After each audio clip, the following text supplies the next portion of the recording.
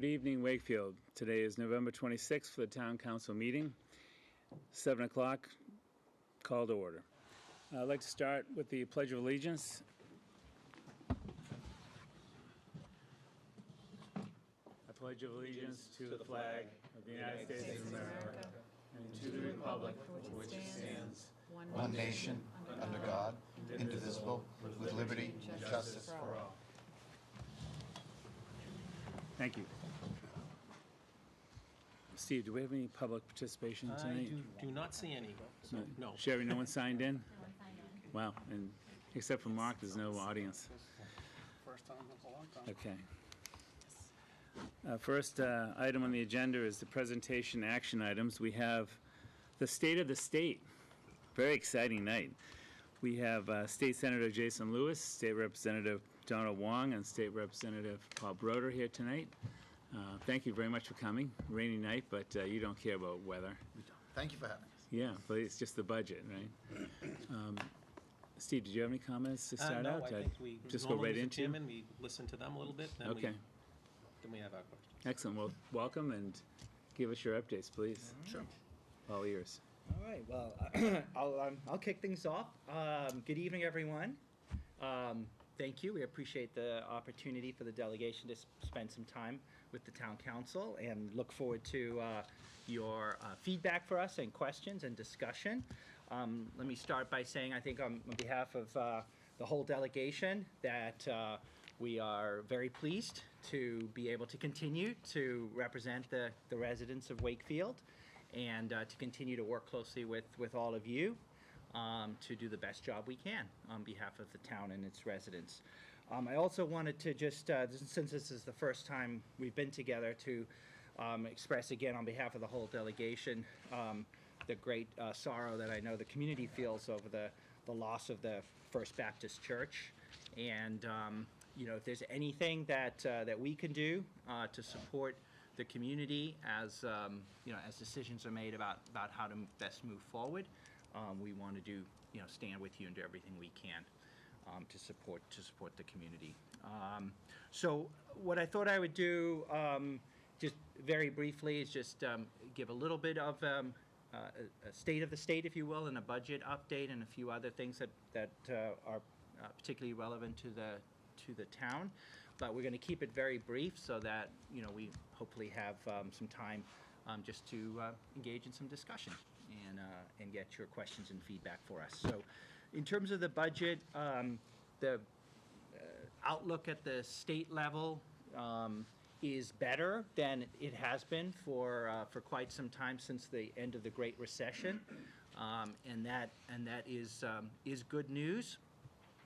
That said, we know that we need to make it a priority to rebuild the state's stabilization fund, also known as the rainy day account, because unfortunately we know that we go through business cycles, and although we're in very good times right now and economy is strong, the unemployment rate is low, you know, we have to prepare for what may be a future recession. So we have been working to rebuild, you know, that account.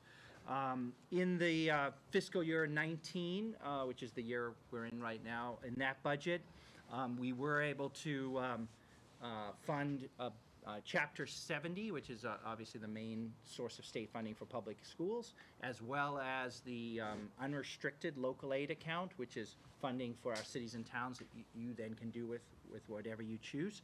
Those were both funded at record levels and have resulted in increases for the town of Wakefield, both in Chapter 70 and in unrestricted local aid. We also did fully fund the special education circuit breaker, so we would anticipate, based on there's some assumptions built into that, but we would anticipate that would lead to full reimbursements for Wakefield for special education. There were also a number of dedicated budget earmarks that the delegation worked to secure for the town in the current budget. That includes $125,000 for some improvements at the Civic Center. I know we're likely to use that for a new gym floor, and we're very pleased to support that effort. Also, $100,000 to continue to make improvements at the Albion Cultural Exchange, which I know we're all very supportive of and excited about having that as a core of a potentially a cultural district in the downtown, and then also $50,000 that will support public safety efforts in the town. In addition, we also recently passed and the governor signed into law essentially a supplemental budget or a closeout budget for the prior fiscal year, for fiscal year 18. And because the state did run a surplus last year, as I mentioned previously, we did allocate a chunk of that money to increase the state stabilization fund, but we also used some of that money to provide for additional Chapter 90 for our communities, which, as you know, is used for roads and other local infrastructure maintenance and repairs. So that Wakefield has seen, I think you've received it already or will soon, additional Chapter 90 money. And there's also some additional funding in there for enhancing school security. And I believe that will be a grant program, so that is something we can work on together to look to try to secure some of those funds for additional school security projects. We also, the delegation worked this past year to include a number of Wakefield-specific earmarks in some of our capital bills that the legislature passed. So one of those was a capital facilities bond bill, and there's an authorization in there for further investment in the Albion Cultural Exchange. And then there was an environmental bond bill that we passed also this year that included $500,000 in earmark for the Wakefield-Linfield Rail Trail. As you probably know, for bond bills, it's different than the operating budget. When we include funding, that's kind of step one. Step two is that we then need to secure the support of the administration, who has to prioritize a whole range of different capital projects. So what we would suggest is that we work together with you, looking at a variety of capital bond bills with Wakefield-specific earmarks that we've secured over the years, prioritize, which of those is the most important, and then we try to work together to make that case to the governor and the administration. Let's see. All right, next up, wanted to just talk about school funding. So as I mentioned a moment ago, we have prioritized Chapter 70, and that was true even when we went through the Great Recession. The state legislature and the governor, that was Governor Patrick at that time, but Governor Baker since, have made school funding a top priority. Nevertheless, we know that the Chapter 70 formula in the calculation of what's known as the foundation budget underestimates what our schools actually need to provide the education that our kids need and deserve by anywhere from $1 to $2 billion. And that was based on the findings of the Foundation Budget Review Commission, which did its work a few years ago. So it has been a top priority for myself, as well as Representative Wong and Representative Broder and many of our colleagues, to take those recommendations to update the Chapter 70 formula and see those implemented in law. It's a very challenging process for a variety of reasons, not the least of which is it will require the state to put a lot more money into our public schools, and that leads to a discussion, obviously, about how we fund that. The good news is that now the state Senate is on record passing legislation to implement those changes to the formula, and the State House of Representatives has also taken this step. So that is huge progress on this issue, and I know we've talked about this issue for a long time now with many of you, and is a very big deal particularly in the town of Wakefield. So the final step is to agree on a consensus bill, if you will, and then get that to Governor Baker. We expect that this will be one of the first orders of business that the state legislature will take up in the new session, which begins in January. I'm hopeful that we may be able to do this even through the budget process next year, which would be in the first half of the year. But if that doesn't happen, we will push to do it through the regular legislative process, and I know that'll be a top priority for us. Just FYI, in the case of Wakefield, I don't have numbers updated for the current fiscal year, but going back a few fiscal years, if the recommendations of the Foundation Budget Review Commission were fully implemented, and that would lead to changes in the calculation for healthcare, for special education, and also how we treat English language learners and low-income student populations in general. If those were fully implemented, for the town of Wakefield, we'd be looking at somewhere close to $2 million in additional Chapter 70 funding. So based on the current funding the town receives, that's about a 30% increase. So it's very significant. And again, other communities would benefit as well. This is a rising tide, that would lift a number of boats. And, but this would certainly make a big difference, I know, in what you are all trying to accomplish along with the school committee for the students and families in Wakefield.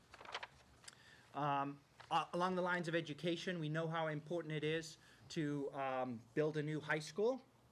And recently, we did join you to welcome the MSBA, the Massachusetts School Building Authority, to the town. And we have, the delegation has submitted an official letter of support to express again to the MSBA why it's so critical that the Wakefield High School be accepted into the state school building program, which is the critical next step in order to then do a full feasibility study and embark on the process to build a new high school. So we continue to stand with you on that, and we'll continue to advocate for acceptance into the school building program. The last thing I wanted to talk about, or maybe two last topics, is unrelated to the budget. We continue to have a strong emphasis and priority at the state level on supporting local economic development. We know that's a high priority for the town council and the community, given a lot of the work you've been doing around Main Street's revitalization and other projects to support, the local business community and the local economy. We did pass a very significant economic development bill earlier this year. It was signed by Governor Baker in August, I believe. And there's not enough time here to go into all the provisions in that bill, but it does a number of things to support existing and successful programs like the Mass Works grant program, which is something we've talked about potentially pursuing for some Wakefield projects. It recapitalizes that. It recapitalizes the Cultural Facilities Fund. We've had some conversations about whether that could be appropriate for the Albion Cultural Exchange, for example, and a variety of other programs that are part of that, some of which could certainly be options for as we continue to look for ways to promote and support the local economy here in the community. We're also pursuing legislation that I actually filed together with the Massachusetts Retailers Association that would create a state office of Main Streets. It's actually something we once had a long time ago, and nobody quite knows why it was disbanded. But basically, if we were able to recreate this, it would provide support to local Main Streets organizations and local chambers of commerce with technical support, expertise, support in soliciting and receiving grants, and other things to support local economic development, the kinds of things exactly that Wakefield has been pursuing, but you've been basically doing it on your own. And this would provide more support for those kinds of efforts. So the bill did get a favorable report from committee, and we're still trying to push to bring that all the way through the legislative process. I guess the last thing I'll mention, since we are here at WCAT, is we share your concern about some proposed changes on the part of the Federal Communications Commission to the franchise fees for local cable access. And we know that the proposed changes could be very detrimental to not just WCAT, but to local cable access throughout the country. And we, speaking for the delegation, and I know for all of you, feel that local cable access is critically important to the community in providing, just like tonight, letting the public see what its local government is doing, having full transparency, educational programming, civic programming, lots of other community programming that is delivered through local cable access like WCAT. And so I know you have expressed your concerns, and the state legislature has done so as well, and we will continue to reach out to our federal delegation. I know Senator Markey in particular is very active on this issue, but I know we've also reached out to Congressman Moulton and his office, and he's also looking to be supportive on this issue. So we'll continue to speak up, and are hopeful that the FCC will consider this feedback and will not move forward with the rules, the change that they're proposing. So I'm going to stop there, and appreciate again your time and the opportunity to be with you tonight. I have a few smaller, arguably non-budget or kind of quasi-budget things that I know are important to some or all of you, and certainly to the folks that serve the community. I want to focus on municipal police training because your chief, Chief Smith, has been focused on this as an active lobbyist in the best sense of the word about trying to get municipal police forces additional funding for the training. We very often, sometimes like we sometimes do in education and add things but don't necessarily figure out how to resource them very well. We tend to do that a little bit with police training, where folks with very good ideas about what police training should focus on offer those ideas to be added to a curriculum that they teach at the academy and through continuing education. But you need money for that. The state police are in a little bit of a different situation. The municipal police forces have really struggled because it's always been a line item in our budget from year to year to year, essentially without a secure source of funding other than general revenue. So what we finally did this year, strong bipartisan support, is initiated a fee on rental cars. I think it's $250 per transaction. That money will go into a dedicated fund specifically for the purpose of police training. And that will live outside the normal budget. We won't be able to rob Peter to pay Paul, essentially, because we all know the police training and the things that those folks face out in the field day to day change, become constantly more complex, and they need and deserve those resources. Related to that, the governor, after the synagogue shooting out in California, out in Pittsburgh, initiated a task force around hate crimes, and some recommendations just came out around that today. I did have a chance to speak to Chief Smith about this, and he is excited. I don't want to speak for him, but he's excited that he has described it, and I know, having dealt with him for many years, that it's true in the case of this town that most of the recommendations that are within the report are things that your town already does and does well, particularly as evidenced by the significant and thoughtful police presence at Temple Emmanuel when they had a service that many of you were at, really to stand up in solidarity with the people of Pittsburgh, to say that we don't tolerate that kind of thing and we'll work hard to prevent it. So I think that is good news. There are no mandates that, as I understand it, within the report. I haven't seen the report itself yet, but I've seen the reports of the report, and hopefully that is an accurate statement. Something that some of your students at Wakefield High School worked very hard on for a long time is civics education. It took a long time to get over the goal line, but in early November, The governor did sign, after some tweaks to the original legislation, a bill that I think will be put in place for the next academic year, I think. It does not create another exam mandate or anything like that. I think it is a good piece of legislation, and again, you can really be proud of the folks at Wakefield High, because when I say they did a lot, I mean, they didn't just, shoot off an email. They did shoot off the email. They engaged in social media for more platforms than I understand, quite frankly, and came to the State House.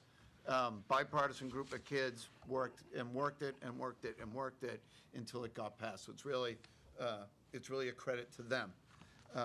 The last thing I guess I would mention, well, one piece of good news, one piece of not bad news, but perspective news is the opioid epidemic that we continue to struggle with. The legislature has done a lot of things around treatment, insurance, access to beds, criminal justice reform, and I would just suggest to you all that it's a work in progress, and it's a work in progress within our community. It's a work in progress within the business community. The Mass Taxpayers Foundation just put out their report on the impact to Massachusetts business, and it's staggering, and it's something that really does need to be addressed. We tend to think of it in different ways, but it really does touch every part of the community, every part of the business community, and we'll keep at it. We have terrific partners at the local level throughout the district, certainly here in Wakefield, and we'll continue that work. And I will tell you, one of the things that has impressed me about the way we have approached as a Commonwealth this problem is that no idea is something that folks aren't willing to consider. Folks from the governor, the legislature, the administration, local nonprofits, whatever the case may be, there's no such thing as a bad idea. So keep them coming, because like I say, it continues to be a challenge. We've done some, we've seen the death rate curve down a little bit, but the overdose rate, we have not made progress on, quite frankly. So we need to continue to broaden our perspective on how to deal with that. And finally, I wanted to touch a little bit on SBA, because the good news, bad news piece of that is there's more money than ever being made available for school building assistance. The problem is there's also more demand than ever, and most importantly, I think from your perspective, is the cost of building stuff has gone way up. When myself and Representative Wong started in the legislature, and the trades were really into depression, and no one was building anything, you could build stuff really, really cheaply. There were folks that would take contracts to maintain leases on their equipment and to keep people working.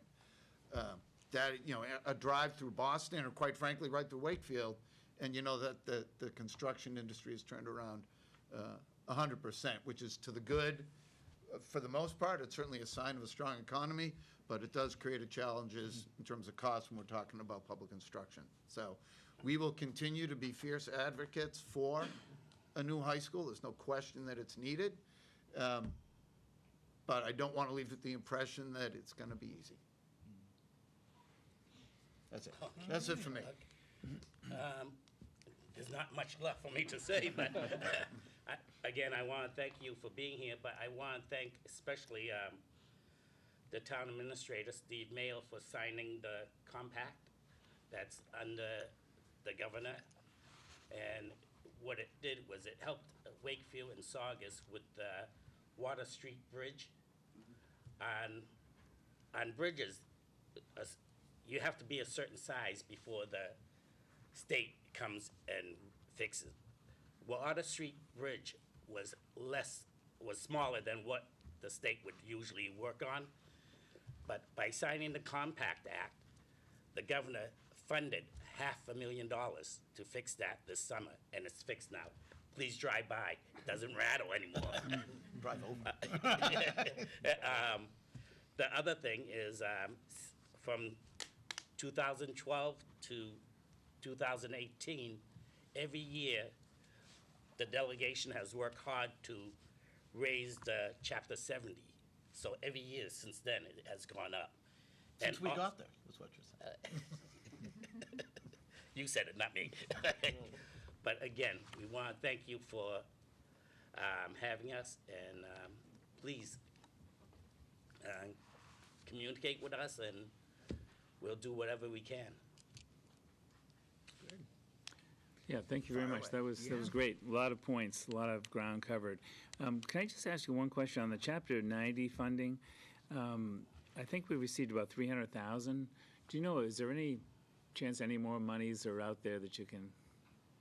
Chapter 90 is strictly formula. Okay. You know, it's bond authorization. It literally goes by I assume it's DOT, does a calculation of how many road miles you have. Right. And it's all driven by that. So, you know, 100% of it, When we okay. went from 200 million to whatever the SUP was, it wasn't cherry-picked, it wasn't grants, it wasn't, you know, Boston gets a big chunk of it. It was Right. distributed by the same formula. Okay, I didn't know if there was This any. was the first time I can remember where we did the normal Chapter 90 in the spring, Right, and we've been funding it at higher levels than historically was funded, and then added more money in the fall, when we did the SUP budget. And, you know, so that was good, and it's a recognition of just how much need is out there, of course. right. Yeah, we have a lot of need in this town, so that's why I was trying Yeah. to scrounge around to see if we So, have any I other don't possibilities. think it's possible now, for obviously now in the winter, the construction season is gonna kind of tail off. But Okay. what we will look to do, I think, is next spring,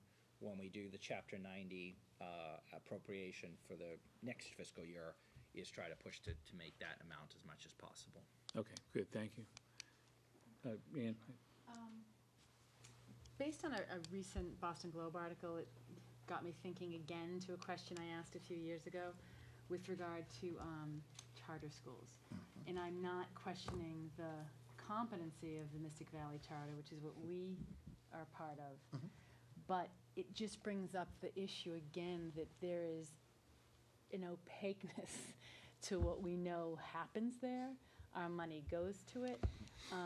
There's absolutely no transparency. And I don't know if others, I mean, I'm assuming that that's the case for other schools, because what happened to the Boston Charter School wouldn't have happened if there was transparency, frankly. So is there a mechanism? Do other towns face the same issue where the charters just refuse to? They say they share information with us, but I've never had information shared in the how many years I've been on this council. You want to start? You want me to- I can start. So there are a bunch of charter schools Right. throughout the Commonwealth. We all know some places, particularly places like, I think of Boston certainly, Lawrence, some other communities that house a bunch of different charter schools that have sometimes different missions. Yep. They are all public schools, meaning as defined by the fact where their money comes from. Right. There's no private money that comes in. They are subject to the same laws and rules around open meeting law and public records that you folks are. I guess a nice way to say it is I think different institutions take different approaches to what that means and what falls under an exemption or what it means to be subject to the open meeting law. And certainly Mystic Valley has had some challenges along the way with compliance with things like that. There is a charter school association in Massachusetts. They're the only charter school that is not a member of that association. And I'm not privy to the whys and wherefores of why they have made that decision, because the Charter School Association certainly has a big and effective presence up on Beacon Hill. But, I mean, those of us that have concerns about charter schools mostly focus on those things. It is one of the few places, it's really the only place I can think of where town money is spent without any control Right. by the town. I mean, even Northeast Regional Vocational School comes in and makes a pitch and explains, that certainly has been my experience when I was a city councilor, that they would come in, the superintendent, maybe the business manager, your school committee rep would come in and take you through their Yep. budget. They would subject themselves probably a harsh way to put it, they were open to questions and would answer them as to the best of their ability and would follow up if they chose to. That is not something that happens with the charter schools, and I think there's a level of frustration with that when folks try to figure out, does the practice match the ideal that was set out when ed reform came about? Do they answer, who do they answer to? I mean, I know there's a board of trustees, but is that, They are subject to oversight by the State Board of Education. okay, So they're sort of, because they're not answerable to particular towns or Sure. cities, they are subject to the State Board and the Commissioner. You know, there's a lot of concern for various reasons. Some of it related to transparency, some of it related to the kinds of students that they serve relative to the general public Right. schools and whether they really serve as diverse a student body in terms of special needs, absolutely. English, things like that. And then, of course, there's a concern about funding because, the dollars follow the child and, when a child leaves, third grade in Wakefield to go to the Mystic Valley, Right. the costs that you have to incur to run the Wakefield Public Schools don't change because one child left. I mean, maybe goes down Right. a tiny little amount. Eventually, maybe, you actually could consolidate, but that's, it's not easy. So we know that's a major concern. The big push for some time, and the governor was leading this push, was to expand the number of charter schools. And that, of course, and I think, Right. I don't know if I speak for everyone in the room, but for many of us, That didn't work out, we right. we were pleased to see that push not go forward. That was a ballot question, right? When was that? 2016. Couple years Was that ago. 2016? Yep. And so that was pretty soundly defeated. And so there are just under the current law, there are some additional charter schools that can either expand or can open, although not likely in this area. But that has sort of since then resulted in kind of an uneasy status quo. Yeah. And so, to be honest, I'm not overly optimistic that there's going to be any significant changes made one way or the other relative to charter schools, which is disappointing because Yeah. it would be good to tackle some of the other issues outside of the, funding. Sure. But I think the main focus right now is really on what I talked about before and trying to really address some of the Chapter 70, sort of foundational issues. Sure, yep, thank you. Tony? First of all, thank you for your work with the AmeriCal Civic Center. That was kind of a pet project of mine. I know you had to, override the governor's veto of that to get that money, but quick, Chapter 70 funding, just so people know, the formula is used is determined by property value and income. And we've seen the disparity with Wakefield kind of get smaller and smaller with some of the surrounding towns. And there's another extra $2 million that is available? No, No. no. No, so what I said was that, Yeah. so the current formula is complicated, but it rides upon, the foundation is a calculation that is done for each community as to how much does that community need to educate its students, right? So that depends on the number of students in the schools, it depends on the poverty rate in the community, depends on the number of students who are not native English language speakers, things like that. That calculation, which is made for, not just for Wakefield, but all communities in the formula, hasn't really been updated in close to 20 years now. And so it underestimates what the true costs are, obviously in healthcare costs, special education, and so on. So what I was saying earlier is, if we're successful in updating the formula so that it more accurately calculates what those costs are, then that would lead to an increase in Chapter 70 funding, roughly for Wakefield, of about $2 million. What can we do as a board to help you? Well, it definitely would be good to weigh in, and a lot of school committees have sent letters of support or passed resolutions to urge the legislature to implement the recommendations of the Foundation Budget Review Commission, which was a bipartisan panel that really examined these issues very closely a few years ago. I'm sure there are, I can't think off the top of my head, but I'm sure there are some town councils, select boards, city councils that have also weighed in. You could certainly do that.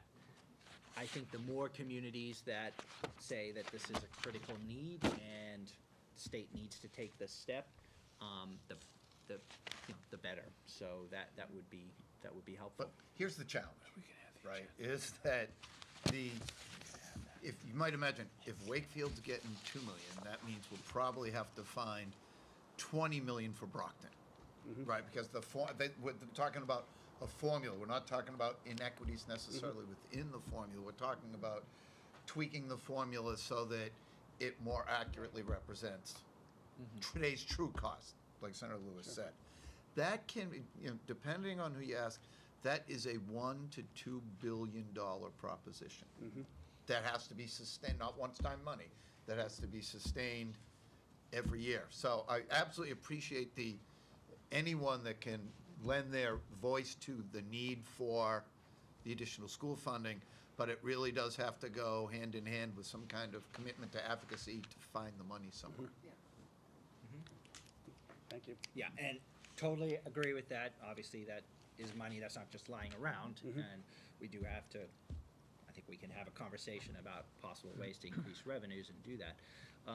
But the other thing I should say is any solution is not going to happen overnight. It's going to be some kind of a phased-in solution to get there, over a period of 5 years or 7 years, something like that. Okay, Maureen?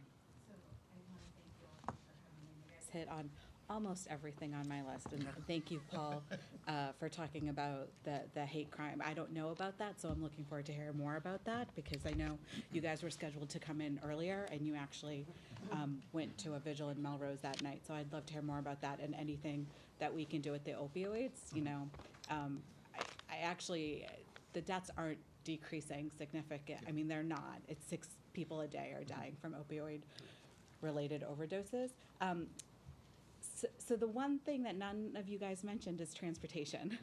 And it is failing us in this Commonwealth, and particularly in Wakefield. So we have 2 bus lines that go through. We have 2 commuter rail stations. People are moving to Wakefield because of the commuter rail, and it is failing. It is breaking down. It is running late.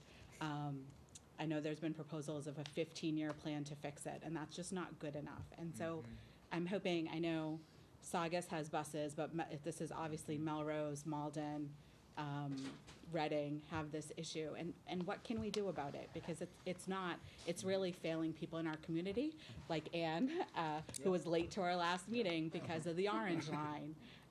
So people are moving here because of it, and it's failing. And so as our legislators, what can you guys do? One piece of good news, and and I'm glad you mentioned the Orange Line, because as y'all hopefully know, the Orange Line and the Red Line are in the midst of getting essentially an entire fleet replacement of their cars, which should make a world of difference within that little chunk of the T.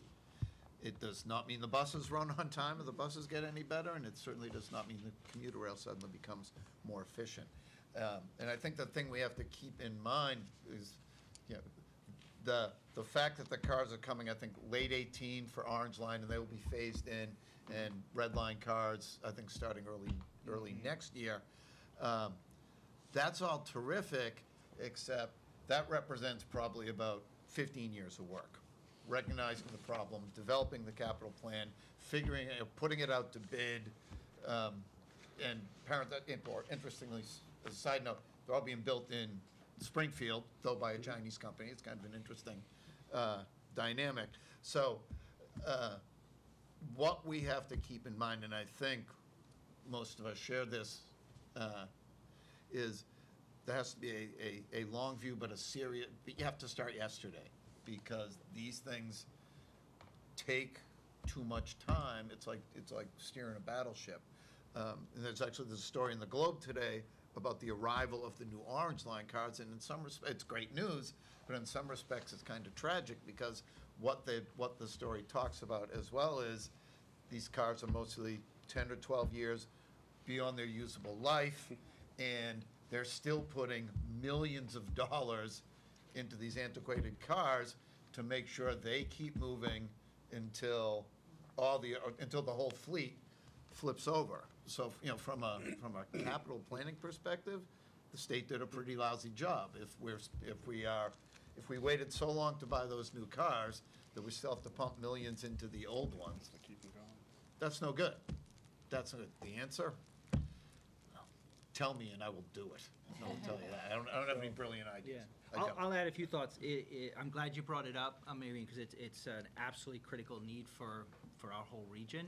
And, you know, if we don't find a way to address our transportation shortcomings, whether that's public transit as well as our roads and bridges, it's going to choke off the whole regional economy, you know, eventually. What I can tell you is I speak regularly with the leadership of the MBTA and Keolis about steps that they're taking, at least in the short term, to, you know, improve service. And we had an issue a few years ago where they wanted to make a schedule change to the commuter rail, which would have been really put a lot of people in Wakefield and some of the surrounding communities, you know, would have been a significant inconvenience. We were able to, you know, roll that back, which was good. We do try to do what we can to, you know, to hold Keolis and the MBTA accountable for the improvements that they say, you know, that they're committed to making. There has been progress, I think, to be fair to the administration, that they have made in terms of the overall management, you know, of the MBTA. You know, but they were coming from a place where it was, a lot of things were broken, and I think they made progress, but there's still a long way to go. But the fundamental issue that they have, even though the capital investment plan for public transit, you know, is significantly increased from where it was a number of years ago, it's still, you know, far less and compared to what is actually needed.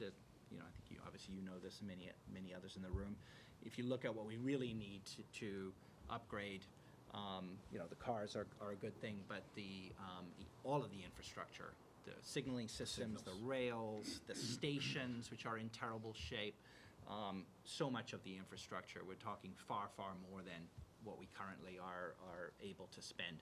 So I think the bottom line is, and this is very similar to the conversation we were just having about our schools, if we want to make the kinds of investments that we really need to make in our public transportation system, and I would argue the rest of our infrastructure too, roads and bridges, and in our schools, we have to look at where we're going to, you know, where those funds are going to come from.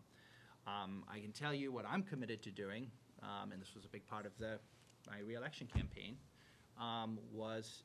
is to file in January legislation that would create a surtax on income above $1 million a year.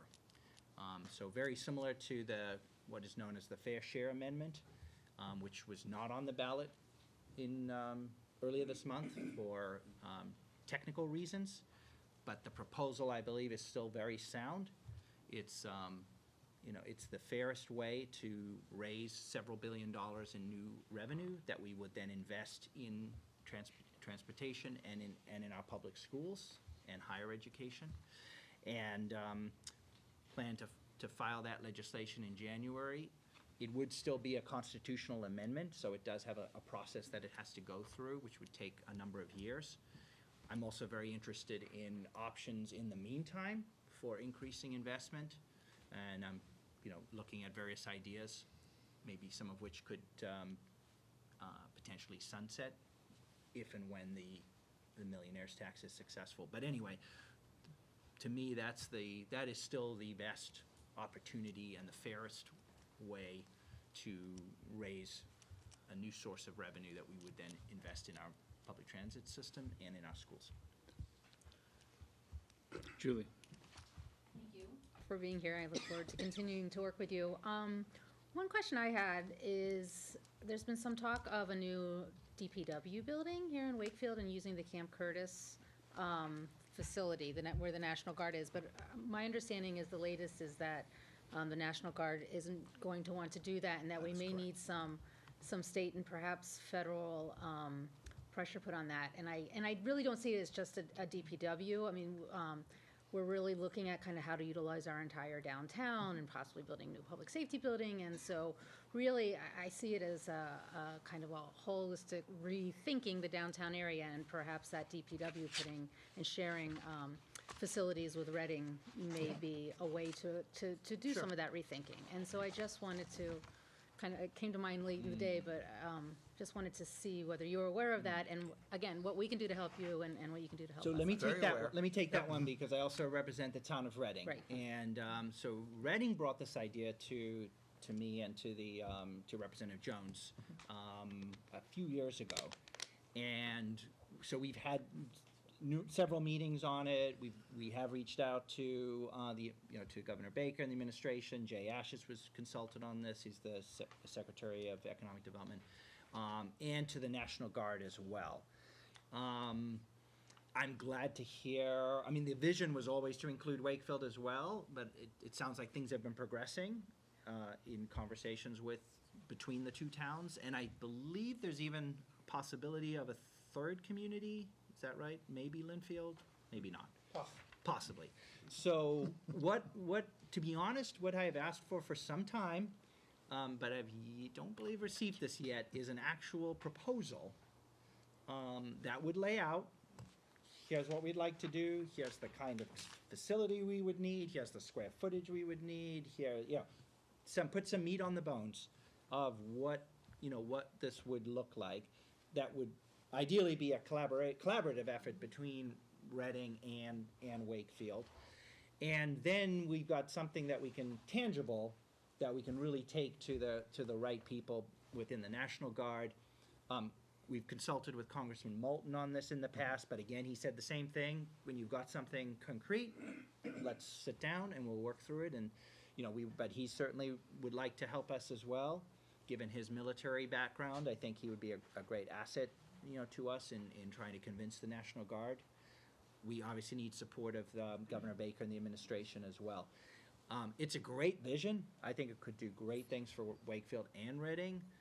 There's a lot of space at Camp Curtis Guild.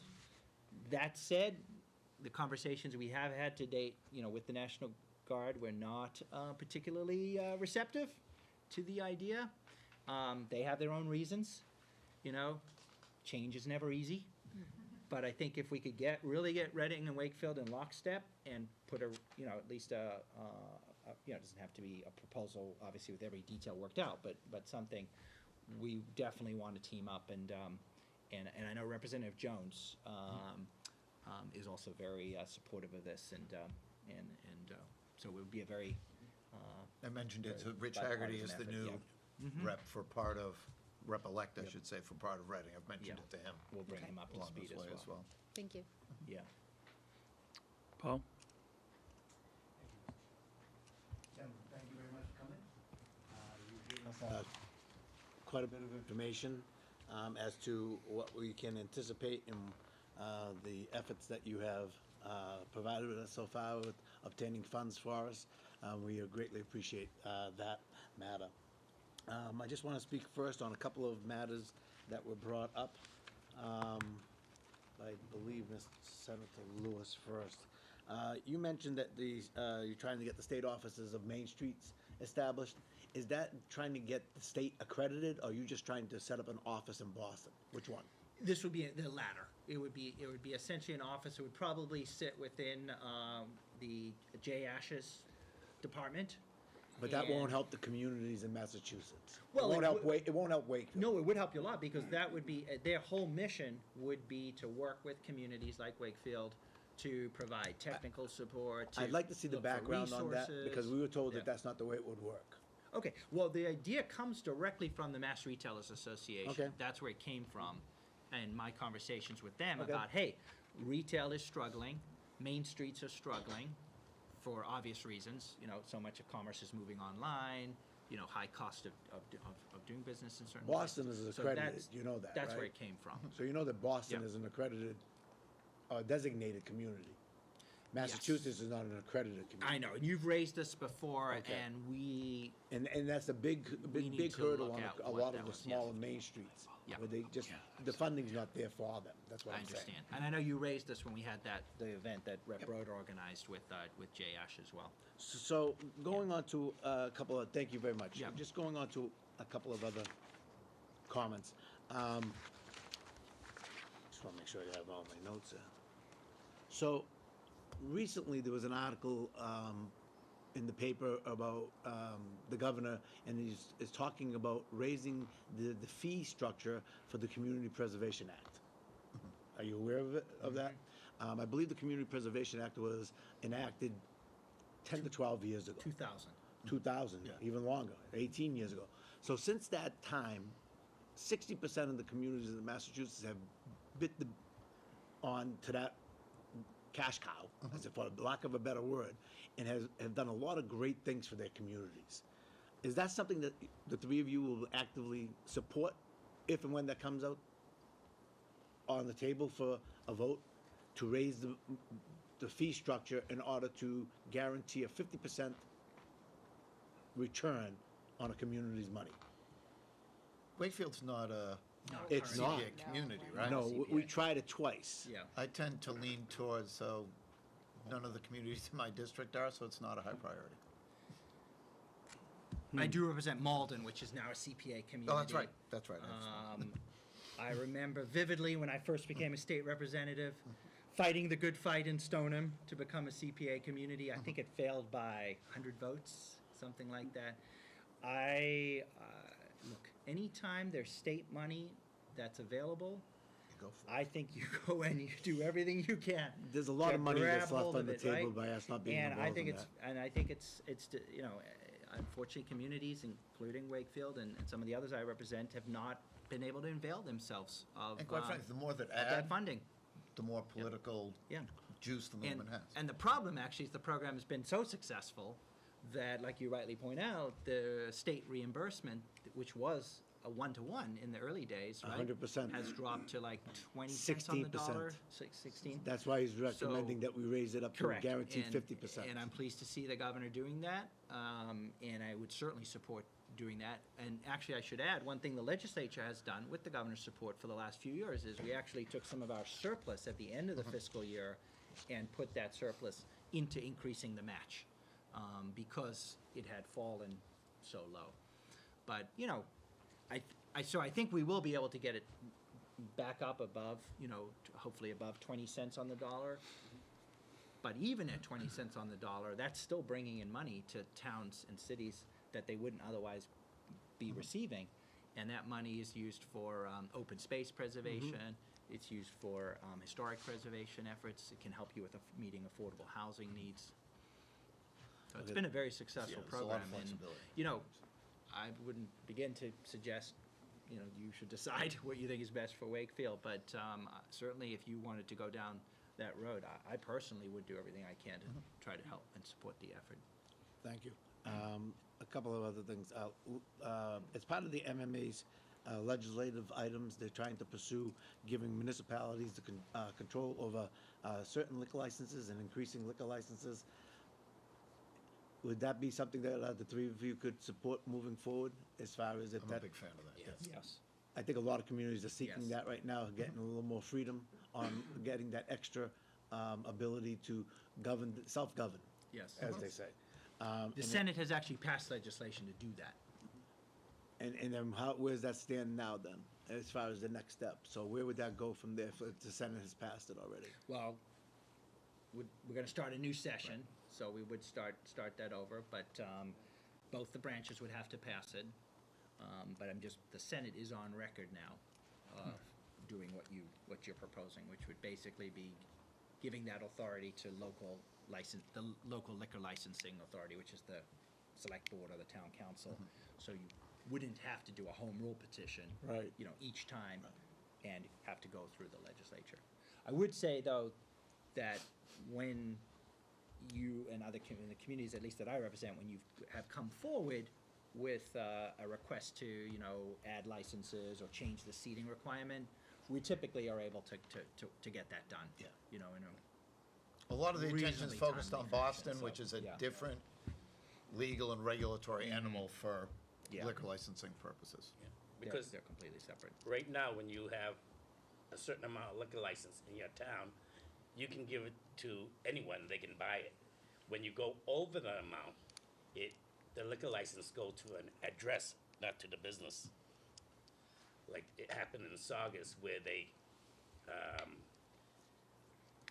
had their amount of liquor license, and they wanted, excuse me, more, and it was for Square One Mall. And now that liquor license is only for Square One Mall. Even if the business moves, it stays at Square One Mall. Yes. So that's something we should look at also.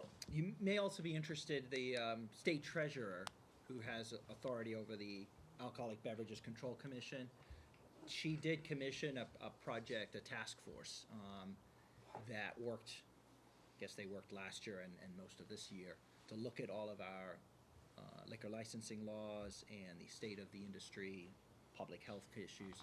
And they did come out with some recommendations, not all of which I agree with, but many of which I think are reasonable.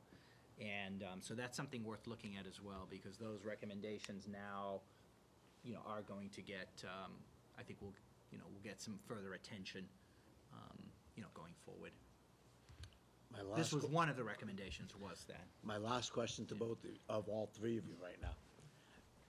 I've been in this town for 30 years. You've been my representatives, some of you for quite a few years as it is now.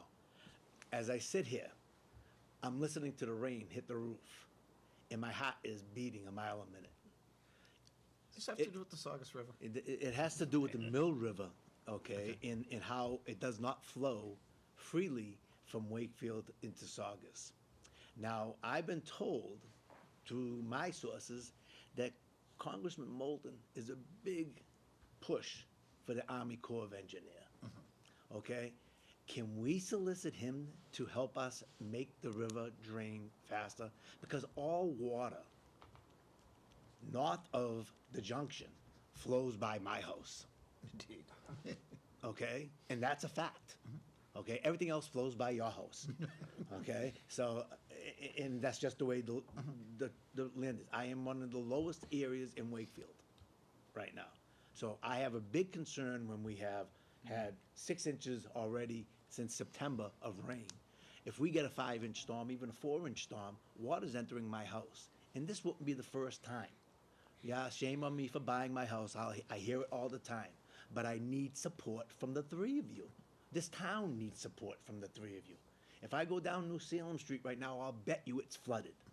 If I go down Water Street, the Water Street Bridge at Nassau Field, I bet you could possibly be flooded right now. Okay? There's Gould Street could possibly be flooded.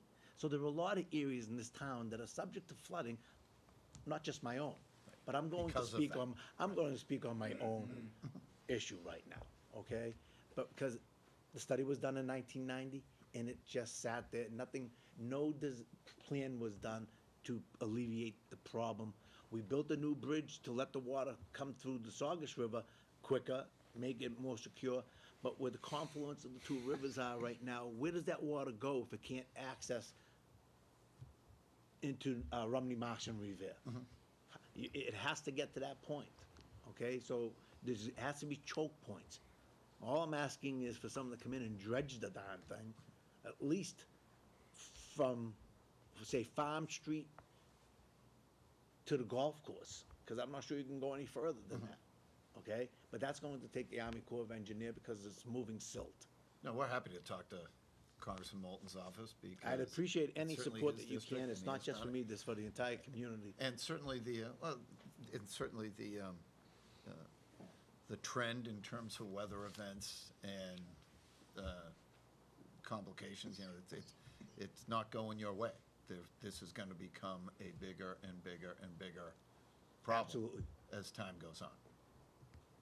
Any support would be appreciated. Thank you very much. Thank you, Mr. Chair. Okay, thanks very much. Ed, I know you have something to say.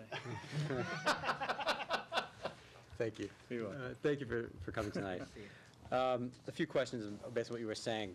You were mentioning a lot about legislation and bills that have passed, but I think it's important that we draw the distinction.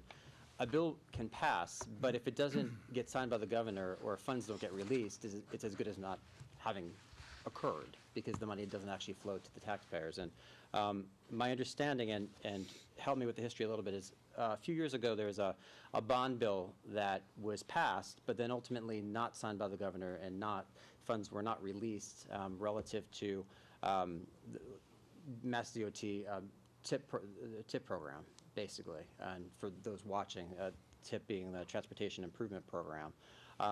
That bond bill did pass, but then didn't make it to the governor's for signature, and then ultimately the funds weren't released.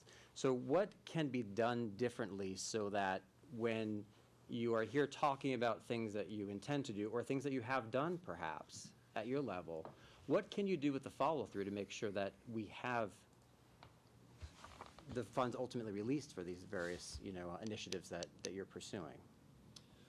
So Ed, I'm not aware of a bond bill that passed the legislature that the governor didn't sign, because those are typically very bipartisan. We do a transportation bond bill every few years. We do an environmental bond bill or capital facilities.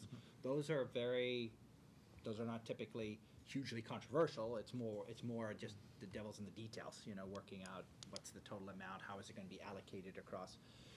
So those, I'm not aware of one the government didn't sign. I think what you're referring to is there's two different kinds of spending in bond bills. There's just generally funds that are allocated for various purposes. For the Mass Department of Transportation is a good example. And then there are specific earmarks that we will fight for the communities that we represent. In either of those cases, the ultimate decisions about how the funds actually get spent is made by the governor. And obviously not the governor on his own.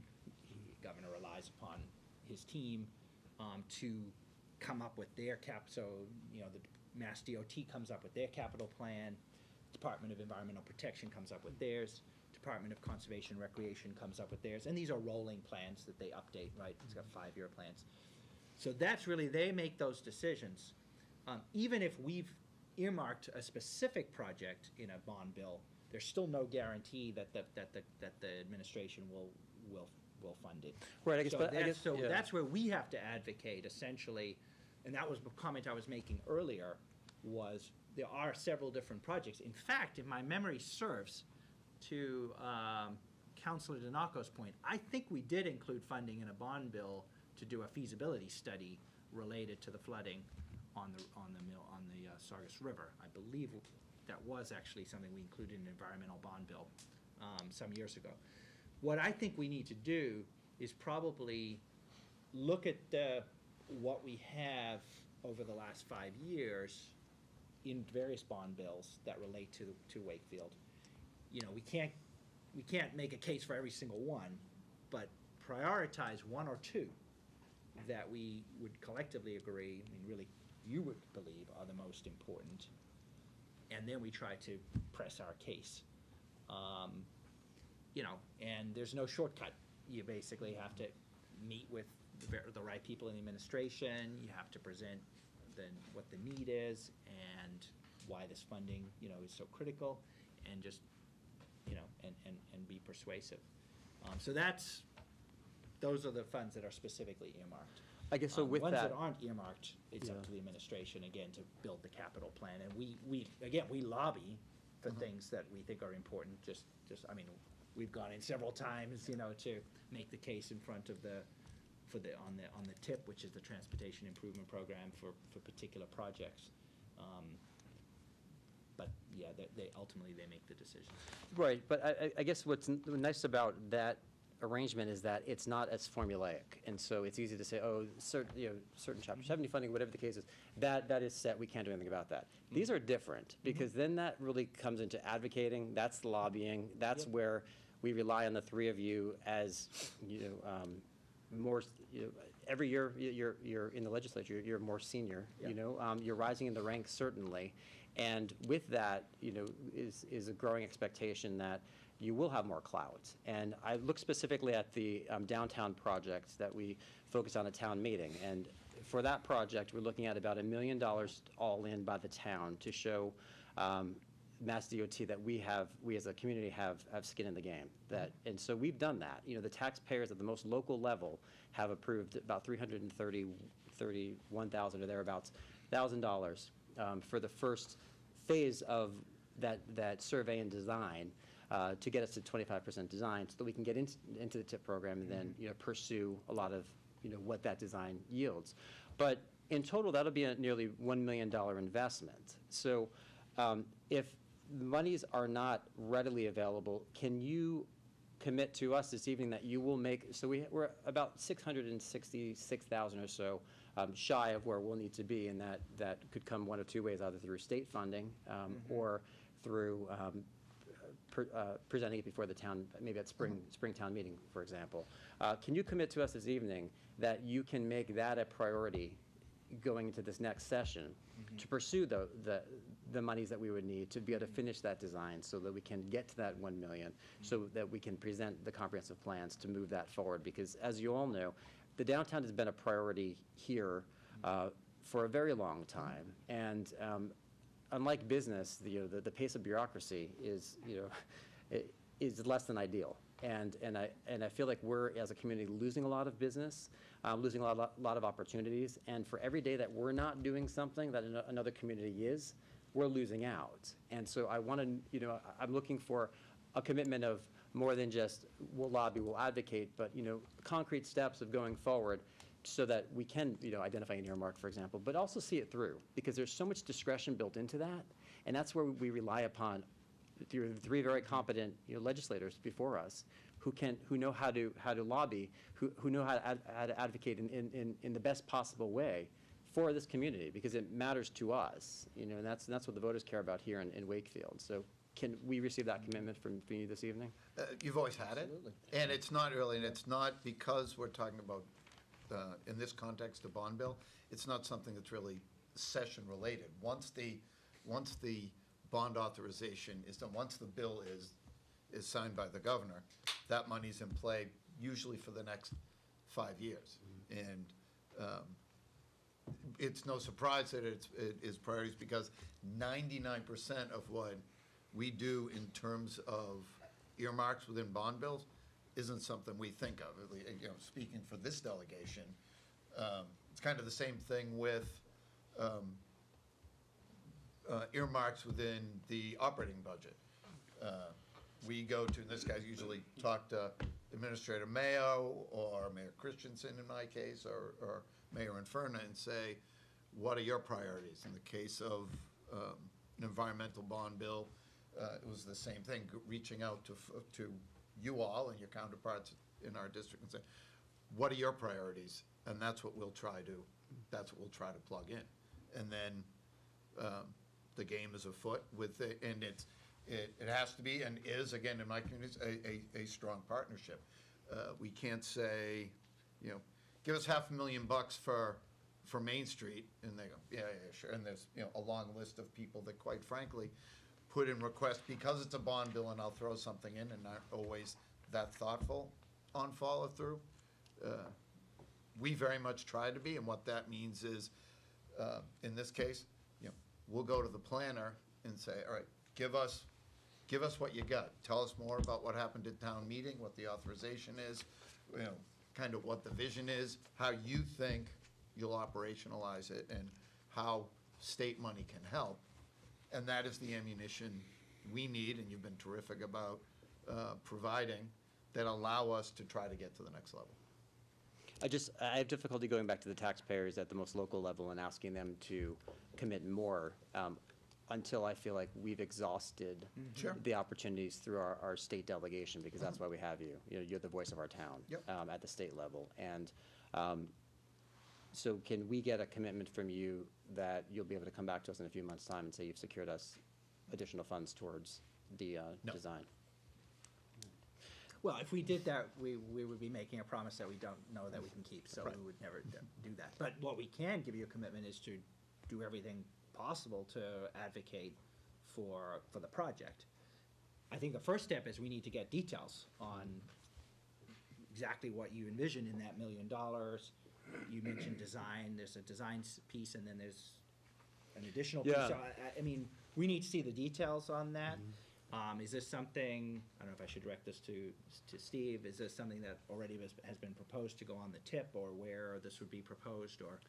We're not to that phase yet. Okay. We're in the surveying design phase in order to Okay. get that to the tip. Okay. And then we'll be at that point. Okay, So, so that's great that I think we're moving this forward, and I think share with us as soon as you can, you know, the details around it, and I certainly will, you know, do everything I can to try to push it forward. all right, so we'll go offline, but Yeah. I'll set up meetings with you and we'll go through sure. that, so you have a clear understanding of exactly what it is, because it is a priority Yeah. for the town. One other piece you had mentioned was related to the high school, and I appreciate the fact that you're representing that you're strong advocates for the high school and that you've written a letter. But again, as I understand MSBA, it allows more flexibility because it's not the same kind of formula as some of the chapter funding that we've spoken about. And so there is also an advocacy piece to that as well. Our students are underserved in the current high school facility. I think we all can agree upon that.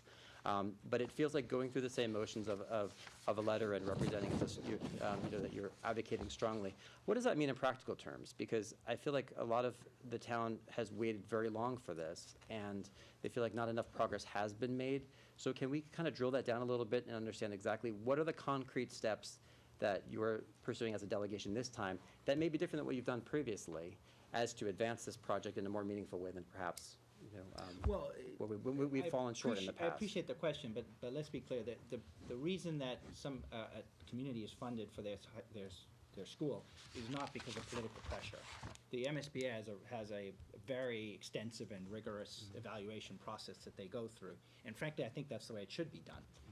I don't think it should be because one legislator, has Framing it you know, whatever has a path. stronger relationship, or has their buddy working, at the MSBA. I don't want to have a system like that. I want a system that's efficient and that's rigorous and that, evaluates thoroughly what the needs are.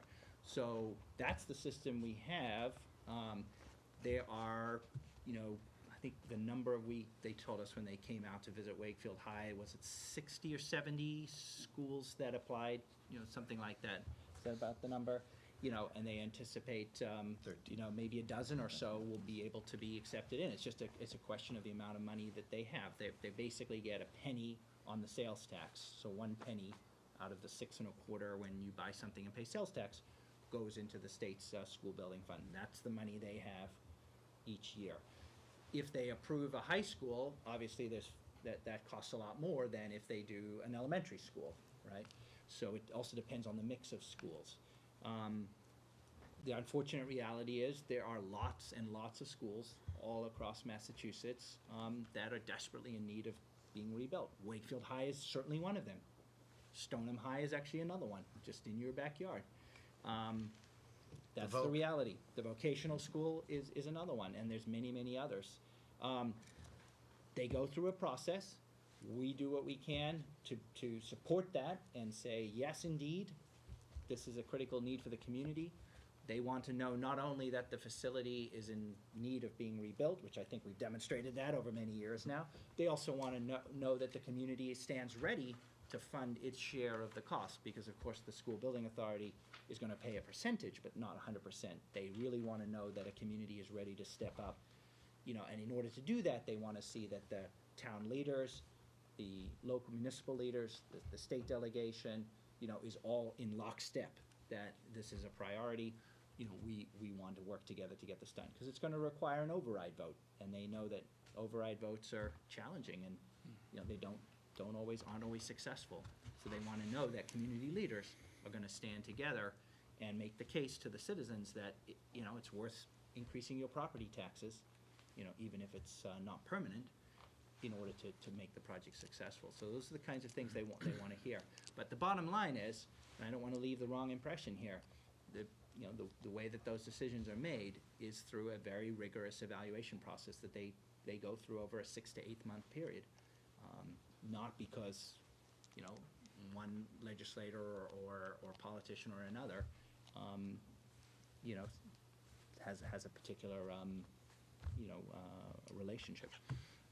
I think, you know, part of the disconnect that I'm having is if you're going to represent that you're fierce advocates for a new high school, and I totally respect the process argument for that, I understand that, but there is an advocacy piece to it, you know, undoubtedly, and I think you've actually kind of highlighted, Senator Lewis, in some of the examples of how one could advocate in terms of being able to highlight Yeah. to the SBA exactly what the community is willing to do, or basically taking the temperature of the community. And the sense that I've gotten is that there hasn't been enough of that direct dialogue between the community and our state delegation relative to that. I think we could do more, you know, to better inform you of you know, what the interests of those in Wakefield, you know, where they lie at this point.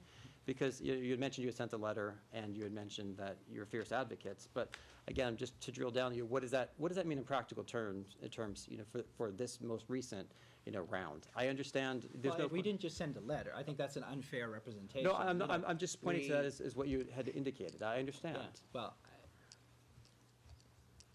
So I I'm guess, not sure what you're looking for. I guess I think my you're better in- question is to drill down, what more have you done, or what more can you do? And how can we help you? I think we've made it very clear to the MSBA that this is a high priority project that we would hope that they would fund. We've And- done that in multiple ways. Okay. By speaking with them directly, by attending multiple tours and meetings at the high school to make the case, by communicating with them in writing. Whatever means are available to us to make that case, and we will continue to make that. But as I said, ultimately, that is not how they're going to make the final decision. The final decision will be, they do their rigorous analysis of all of the needs that they have across all of the schools that have applied for the program all across the state.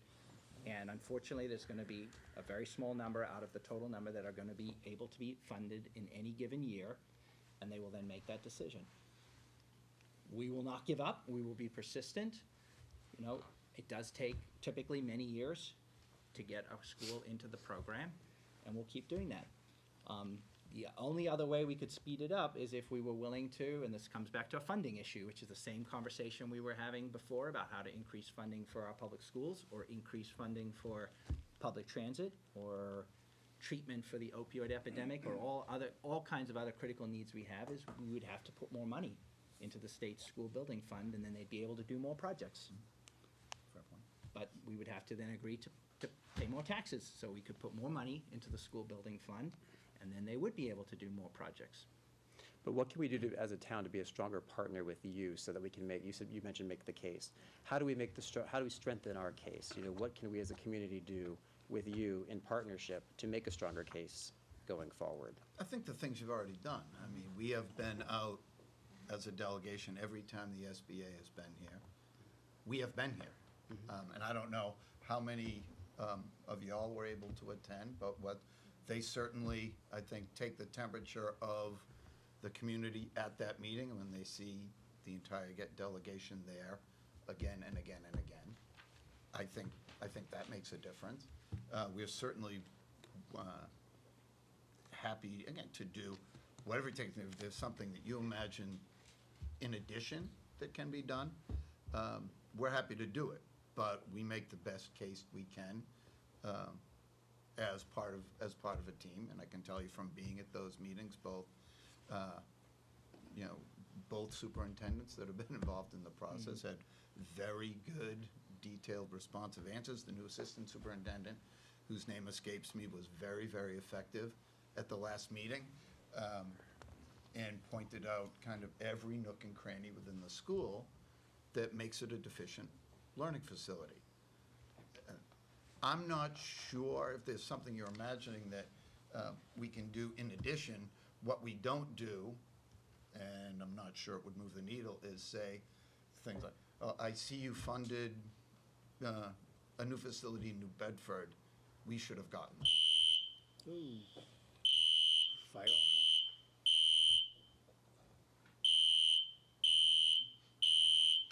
Keep going. Tom? We don't know if this is a real fire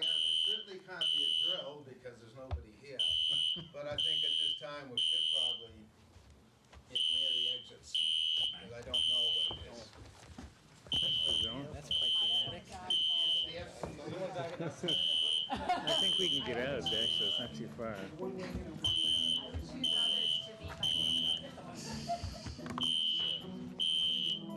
So much for an early evening. Oh, shit.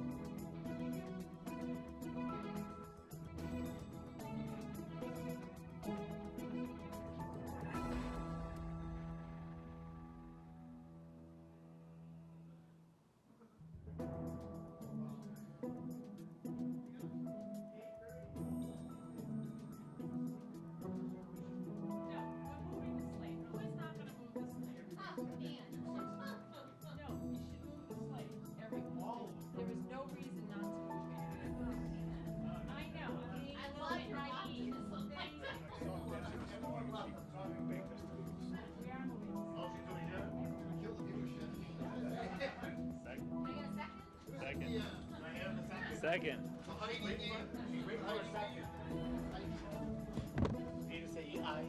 Second.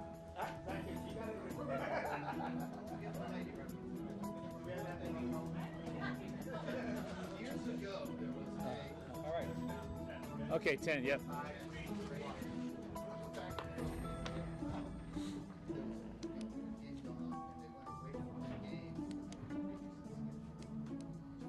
The hiding game. Right, the hiding game.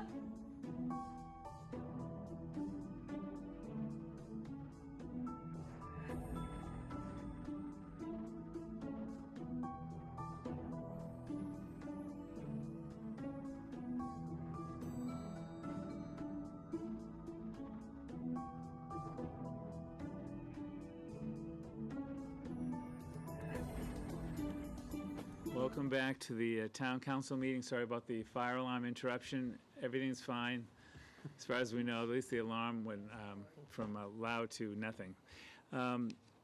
Ed, thanks very much.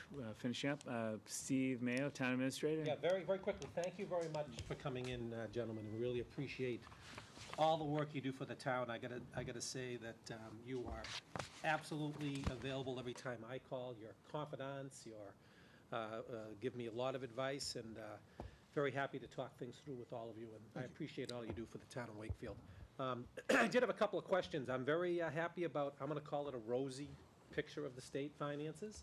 We haven't had many rosy years, but I'll say this one is rosy. I thank you for your efforts there.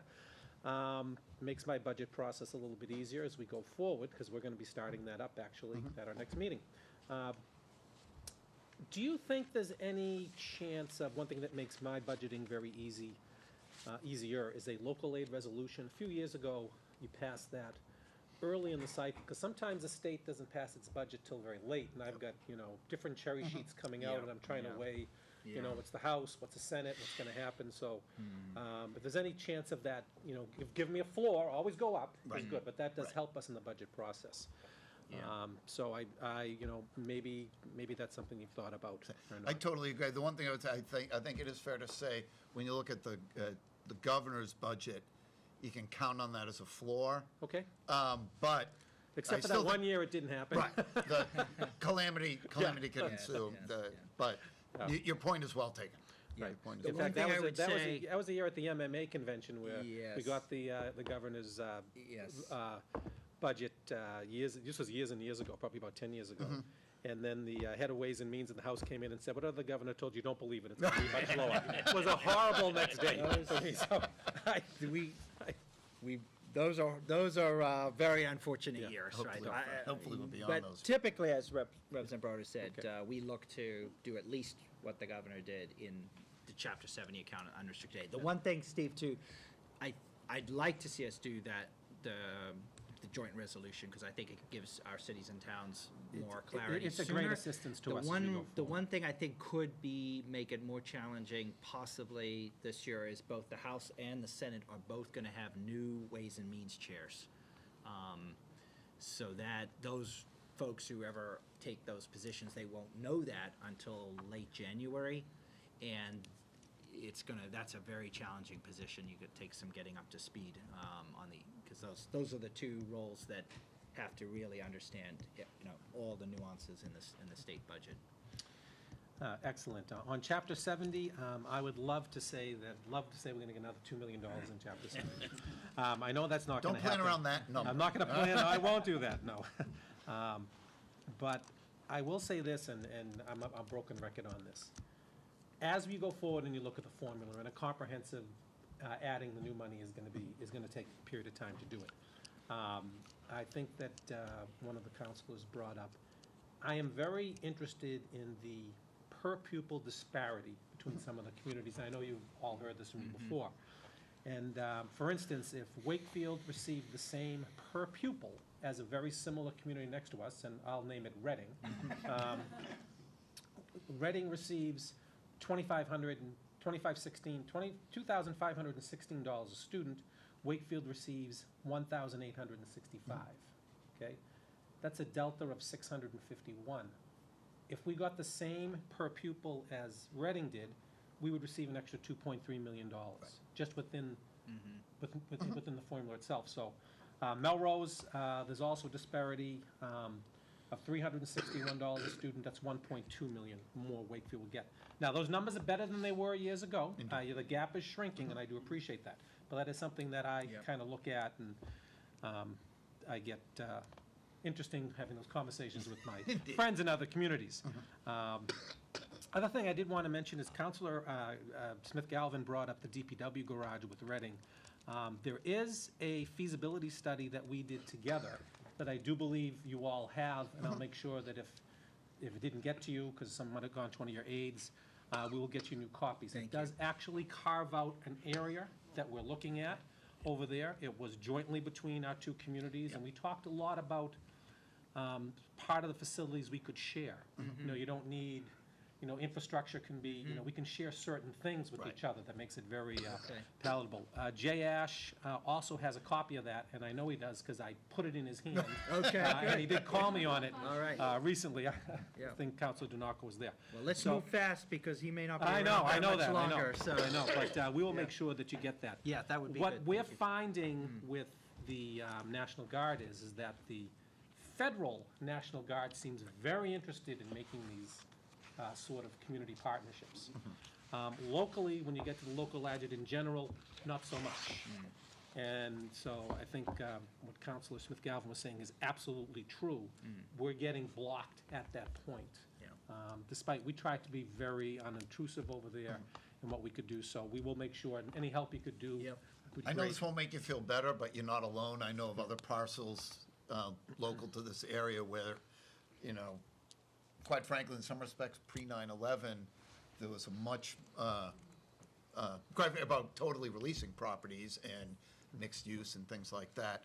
That changed dramatically, I think for good reason. Yep. And it's been very, very slow to get back to a level where there's a realistic approach to say, But I hey, think this really that's could work. It's a real benefit for multiple communities, a real benefit for the environment. I think it's a really win-win for everybody. So- Yep. So I totally agree, and I think we should take another run at it. Great, perfect. On charter schools, and Councilor Santos brought this up. The problem with the charter school process is that, and I think it's important for people at home to understand this, is that when we get our cherry sheet from the state, which is a state that has all of our local aid we're getting and assessments from the state Yep. on it, we get a charter school assessment and a charter school reimbursement, which is Yep. shrinking every year. Yep.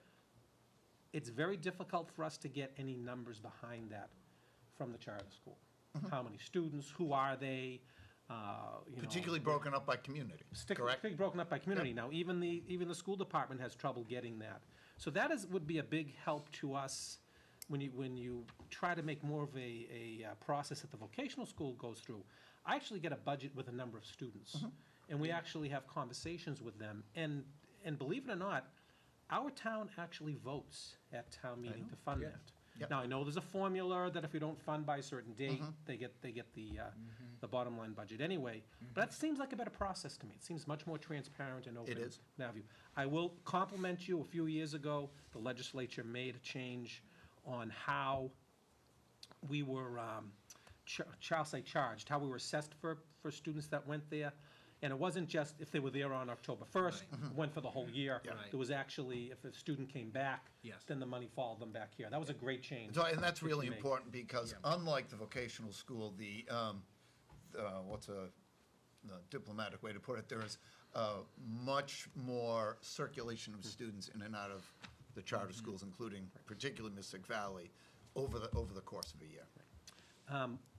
Councilor Dombrowski brought up a bond bill, and there was a bond bill a few Sorry, can I years just ago. answer Yep. on that, Steve? So it may be more difficult to change, I mean, we had this conversation about the transparency and the reporting, and that's a bigger change. But if there's specific information that you're looking for in Wakefield, we can work with you at, I mean, DOE has those numbers. Because they're able to make these charges on the cherry sheet, so they're based on a certain number of students. So they do have some data at least. And it's when those numbers come in, too. It's very, you know, Right. we're, But if, you know, it's but hard. if you want to, we can work with you with DESI. That would be great. And, you know, at least try to get information, may not be every detail that you're looking for, but it could help. And that'd be much less of a, it won't require any new, legislative changes. Councilor Butt brought up the MBTA, and I think it's important for the community to know that we do get assessed Yep. an Yep. MBTA For sure. assessment on our Cherry Street again. Yep. And if those buses and trains don't run, Yep. I kind of figure like I'd like to not have to pay it as it's a town. I know we can't, but it's a sizable one. Yeah. So it's probably $560,000 or so. Councilor Dombrowski brought up a bond bill, and what happened a few years ago is we requested some money for the revitalization or transformation, whatever you want to call it, of our downtown. And the delegation was gracious enough to put $995,000 into a bond bill. I forget whether it was economic or transportation or environmental. I forget which one it went into. Yep. But it was one of those bond bills that needed to be released. Right. Funding needed to be released by the Right. governor. So we actually had a pretty, what I thought was a pretty good presentation. We actually invited Jay Ash. We Yep. did a walk of the downtown. Yep. Yep. And I think the delegation was there. Yep. We gave them We a were. package. I am very happy to do that again, or Yep. to do something similar, because Yes. we would love to get that, Yes. that money released so we can go to the next step. That would make a big difference to the community. We put $331,000 to show that we have a real stake here, we have real skin in the game.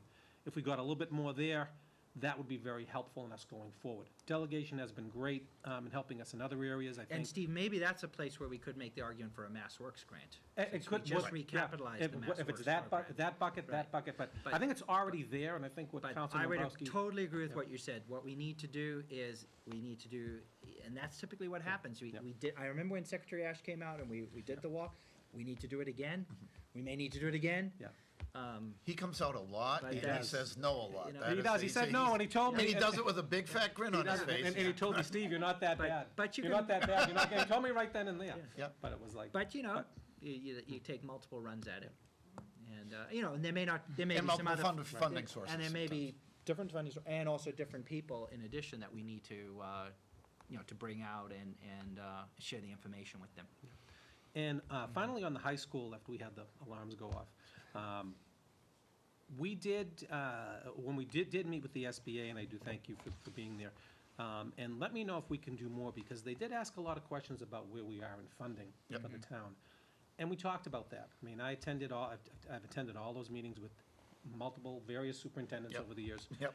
And I think one thing that really impressed them was the fact that when the junior high, or the Galvin, went through town meeting, I think the vote was 1,300 to 7. Yes. I think 1,333 to Yep. 7, and one I was at overwhelmingly that at the too. polls. I remember You can that see well. their eyes light up. They know there is a commitment here Yes. to move forward on education. I think that they did see our deficiencies, but I think that if anything that we can do from our standpoint, we're very happy to jump in and help, because that is very important. We have a whole generation of Sure. children now, students that are going through a state-of-the-art Galvin. Yeah, right, and they have their expectation. Expectations are high, and they should be high, and they course. should expect that. And now they're going to, where we can't meet them educationally. So I don't want to be Right. advocating so much for the superintendent, but I'm sure you'll have him in. Can But I ask you, that's, I'm trying to remember, so, the first time we went through the processes weren't entirely dissimilar. There was Yeah. some different personnel, but the building is what it is. Right. What I don't remember is at the end of the first round, of the first time through the process, did they provide any feedback about, here's how you can improve your, I think. I just don't remember. On the Vague memory of first, some the first dialogue time around it. through, or the second time through with the high school, I thought that one of the issues is that, and this is nowhere in writing, but we already we're in the midst of a project. So the Galvin was still ongoing. Yep. Galvin had not been closed out on their books. So I think from the SBA standpoint, they're gonna say, well, Wakefield, you have one school right now. Until this is closed out, you're going to the end of the line. Well, that is closed out.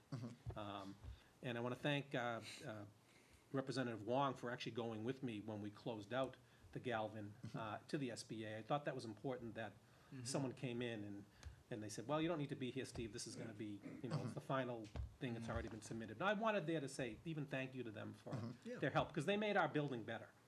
And I think that's important to know, SBA, they are experts Yep. on special ed, on Yep. facilities, what have you. They make your project better, so.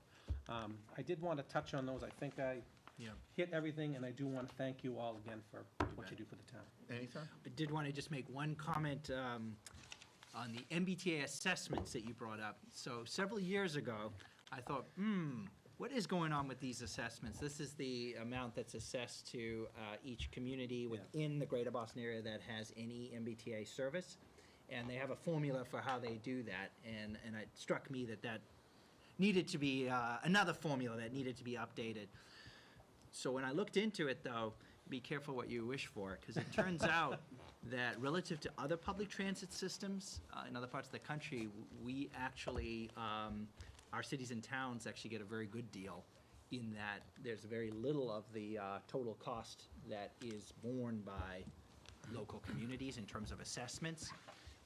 So this is, my advice would be that we don't open that can of worms, and we generally stay away from that conversation, because we get it, overall, we get a pretty good deal. Thank you, Mr. Chairman. I'm good. Just one more comment. I was thinking the orange line, besides the end, I take it every day as well, so it's near and dear to my heart. So even if we have brand-new cars, which is great, the red line's getting theirs, but it seems like no matter if it's too hot, too cold, icy, wet tracks, the switch gear is like that infrastructure thing that you talked about. Switch gear seems like one of the big things that happen, where they immediately have to go out there and, I think, move the rails themselves, which is really cumbersome. But that seems to be one of those, I've been taking it for 30 years, so it seems like that's one of those things that just never, ever has been fixed. Yeah, you're There's right. a lot of just unsexy stuff. I'm sure there's a lot of other Basic, things you too, know, but Remember and, several years ago when they would talk yep. about the Yep. switches coming into Oak Grove freezing? right. The system's been around for 100 years I know. in New England, Right. and the switches are still for, like, how can that be? But Right. it's because, I don't know, that's because I'm Right. not an engineer, but I think that's a symptom of, Yeah. the age of the system, the first Just, one in. one last thing too, Yeah. is the MBTA, is it still 8 billion in the hole? Is it still some huge number that just catastrophic? Depends what you mean, operating-wise, Yeah, I no. mean, for year to year. Capital-wise, yes. Okay, I so- think you're asking about the sort of the deferred, the backlog of capital projects. Right, That's so what you're- that's Yes. still close to like 8 billion? And growing. It's amazing, yeah, no, I just, Basically, and that's the another whole. calculation, just to get it to a state of good repair. That's Right. not to like build new stuff. No, I know, I That's know. just to get it to a good Right. repair, where the switches actually work in all weather Right. conditions. And it actually runs according to a schedule. Right. And there's not concrete falling from stations. Right, Just those things. it's is- amazing, yeah. That's It's it, right. That's roughly it. at A 8 ton of billion money and- did go in yeah. post, Yeah. post the 15 calamity. I think Yeah. all the third rails were replaced, a lot of Right, that kind of, right, but right. still, that was, it wasn't triage because it was permanent upgrades, but it was one of those things should have been done, Right. Yeah. 20 years ago. You know, Again, yeah, we won't solve that today, but again, covered a lot of ground, a lot of great questions by the counselors. We can't thank you enough for all the work you're doing. It's certainly, even if you represent more than one town, you always think of us first. I mean, that's, goes without saying, it's where you selfishly want. That's your job, for God's sake. So, and you're still laughing, but we're serious. Ed, you want to say? No, just kidding, just kidding. So, touche. So, yeah, thank you very much for coming in during the rain, and I think Tom Stapleton will let you stay here if you don't want to go out in the pouring rain. You can stay overnight. But, We'll You pull can promise another no more alarm. fire alarms out there. no, we can't promise that, because we need a new school, right? well, So- we appreciate the opportunity. The dialogue is really important. And of Right. course, you don't need to wait till we're all together. You can reach out to us as you know, anytime. And Right. it's a very important partnership that we have on behalf of the town. We appreciate all your work, and we will be reaching out on probably all those 11 items. Oh, I Right. think we'll be Saturday. We'll be there. Hopefully the weather will be better on Saturday. Well, the hat Be here parade, anyway. the hat parade first, right, before the stroll. I'm ready to go. I won't be wearing that for the hat parade. Paul, is the hat parade 2:30? Is that Setup is 2:45. Parade Okay. starts at 3 o'clock every year. so you're duly notified? Hat parade at 3. Hat parade at 3. All right, thank you very much. Thank you, ladies and gentlemen. Thank you. Thanks for the delay, too. Sorry. Okay, presentation action items 3B, lake events, policy review and possible fee changes. We talked about this at the last meeting. Made some changes to the current policy. I don't know if we have any, Can I move to approve the policy as Yes. currently drafted? Yes. yes, excellent. And If I could just say, Tony, I know discussion. you put a lot of time and effort into that along with Steve, and Tom looked at it as well. I know you did a lot of work. I think this is a great product ultimately, and and I think it'll address a lot of the needs that came up last time, so thank you for the revisions. 80 edits. Is that right? Yeah. Correct. Hey, Julie, all your comments too, Yeah, appreciate it. I think it's very well done, I'm very Yeah, happy that's, with a it. lot of it goes to Tom and Good. Steve. I think you, all your comments made this policy much better, so. Yeah, appreciate it. Good, that was a good conversation last meeting. Nancy, present. So, do we have a motion? Yes. Motion, second. Yep. All in favor? Aye. All opposed? Hearing none? Thank you very much. That was a lot of good changes. Okay, next, 3C, library request. Request to accept and expend a gift or gifts to the library in the amount of $8,010 with thanks. So moved. Second. All in favor? Aye. All opposed? Hearing none? Okay, we can take these, I know you don't want to, but we can take these all together, each section. So license permitting number 4. There's no issues with the 2019 retail liquor license renewals for any of these. No, Any of all these those, folks? all those listed are fine. Right, and anything that was an issue, we've already addressed and it's all set. So can we have a motion to pass the 2019 retail liquor license renewals for the 22 I'll make a motion to move the slate for the Restaurant. 2019 retail liquor licenses renewals as stated in the document from 1 to 22. Thank you. All in Just- favor? Yeah, Oh, you- contingent upon inspections, fingerprinting, and Yeah. all of that, which we always do. Right. Yeah. All in favor? Aye. All opposed? Hearing none. Also 4B, lodging house license renewal for Wakefield Manor. I move that we approve the lodging house license renewal for Wakefield Manor. Second. All in favor? Aye. All opposed? Hearing none. 4C, the 2019 entertainment license renewals, 1 through 19.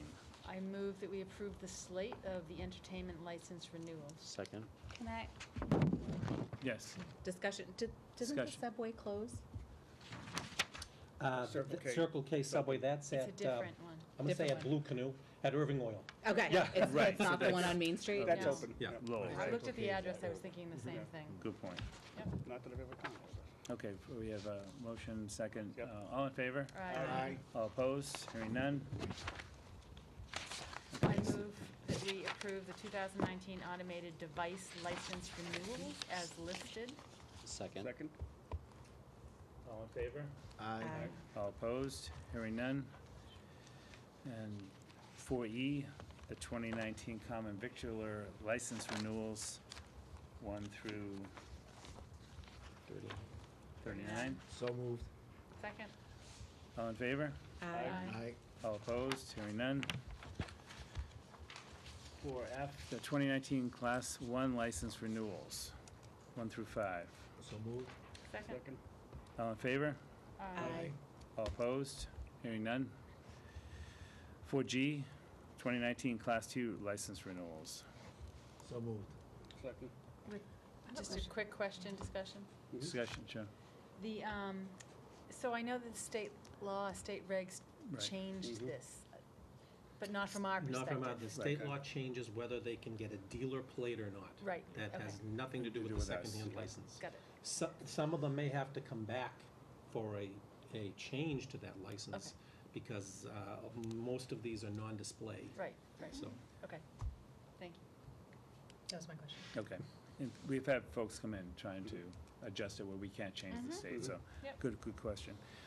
we need to take the vote. So, 4G, we need to, we have the motion, right? Yep. Yep. Okay, all in favor, 1 Aye. through 20? Aye. All opposed? Hearing none, 7-0. Okay, personnel appointments. Disability Commission, 3-year term to April 30th, 2021.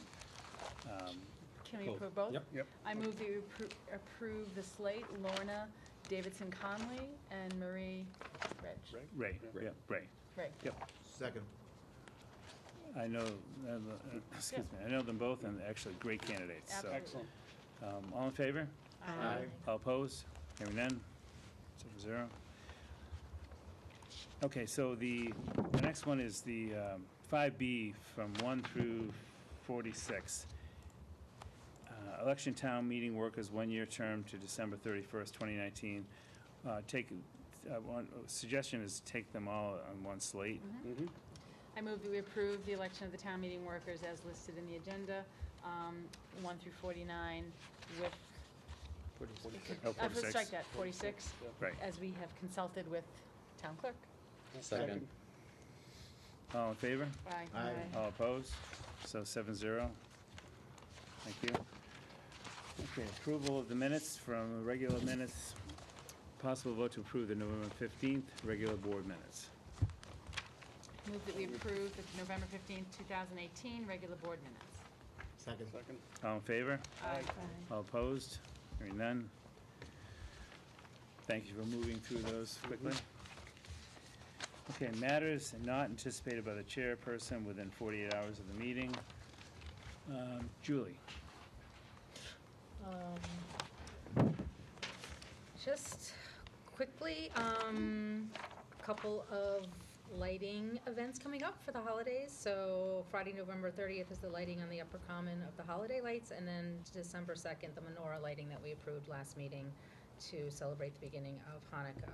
I think other than that, I just wanted to say, I think I mentioned a couple of weeks ago that Wake Up and the police department did the In Plain Sight program where they set up a room to look like a teenage room and where people hide, where students in particular hide substance abuse. It's a wonderful program, and they're setting it up for one night. Thursday at the high school is having the parent-teacher night, and so if anybody didn't get a chance to see it, I really encourage people to go see that on Thursday night at the high school.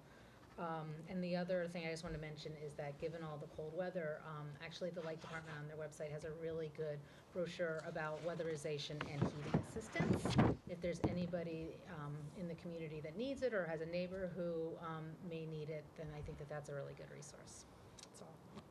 Excellent, thanks. Ed? A couple things. A big weekend this weekend, certainly with Holiday Stroll, so I hope everyone comes out for that great event.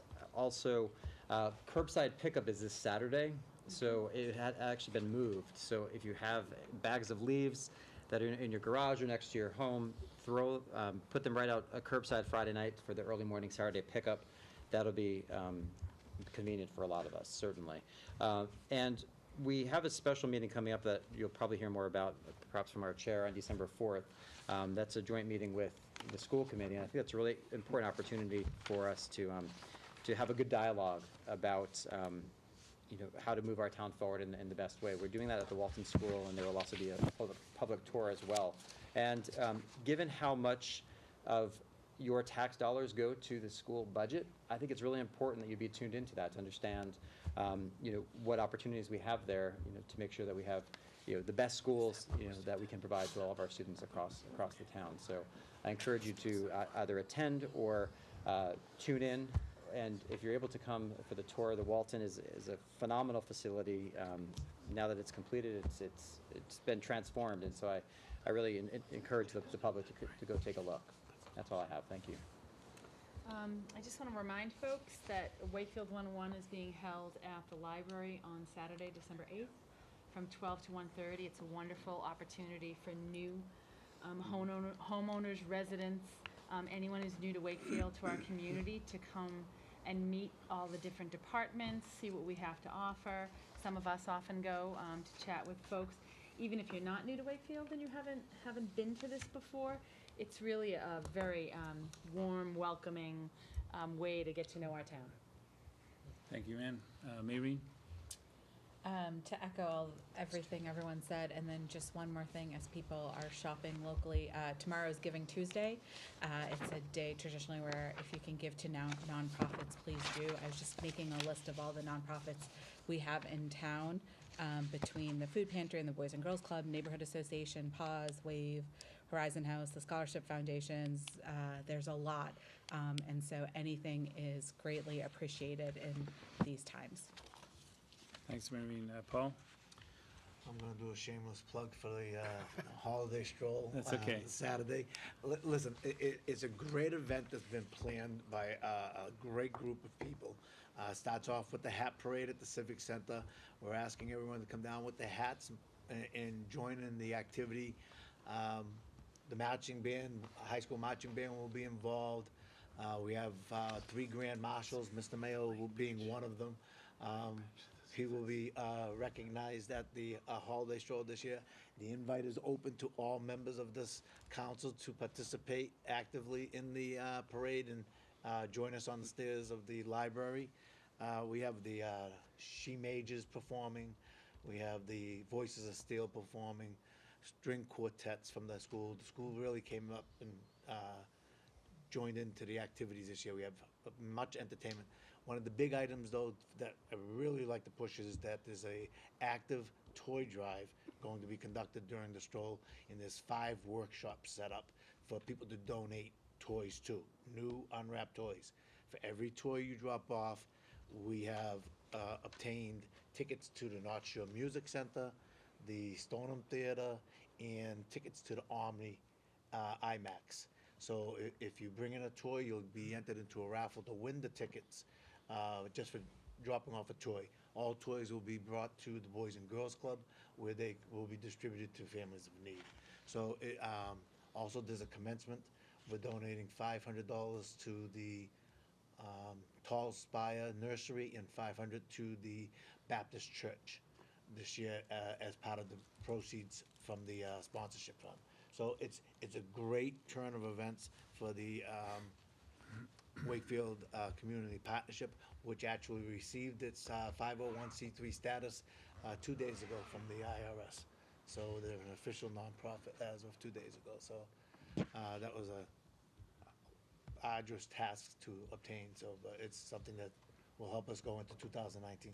Thank you, Paul. Everyone come on out, enjoy 45-degree weather for Saturday. Saturday, sunny. So, Paul, what year is this for the holiday stroll? How many 10th years? anniversary. How my many? friend. 10. 10 anniversary. All Congratulations. thanks to Mr. Mayo. Yep. It's always that way. Tony? I'm just gonna echo, we talked about the holiday stroll, it's 3 o'clock, if you're asking what time it starts. So the parade starts at 3. And I sat through a wake-up meeting last, I think it was last Tuesday night, and we talked about the amount of time that teenagers spend on social media. So it's important to, get with your children. I'm probably as guilty as anyone, and just tell them to, shut down for a while, get away from those media websites. But that, and I hope everybody had a great Thanksgiving. I certainly did. Excellent. Thanks, Tony. Sherry? All set. Oh, good. Tom? One brief, interesting, and welcome bit of news about the opioid litigation. As you may recall, Wakefield is one of hundreds of communities across the country that's suing the drug companies about the opioid crisis. Most communities are represented by lazy lawyers who have no self-respect and who simply literally they park their cases in federal court knowing that the drug companies are just going to sit back and let all of those cases be consolidated for settlement purposes in Ohio. So if you hire a Massachusetts law firm that is one of these lazy firms, they take your 1/3 or 1/5 whatever contingency, but they do zero for it. This town hired a firm called Scott & Scott, which has a different approach. They say that they were going to try to keep the litigation in state court in Massachusetts so we can control it, so we can be the biggest thorn in the side possible to the drug companies. For that reason, it was very strategic where they were going to bring the first case, because they knew that the drug companies would try to remove that first case from state court to federal court, and it was crucial to be able to remand it back as quickly as possible to state court. Once you do that with one case, you can do it with all of them. So the case they brought initially was not Wakefield, not Linfield, it was Worcester. Why? Because the one judge who sits in the U.S. District Court in Worcester is Judge Hillman, a former city solicitor, former municipal lawyer. If there's one guy on the federal bench in Massachusetts who'd be well inclined toward a remand argument, it is Hillman.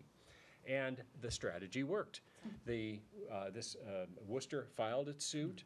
The drug companies cynically took it to federal court. A motion for remand was made to Judge Hillman, and he allowed it.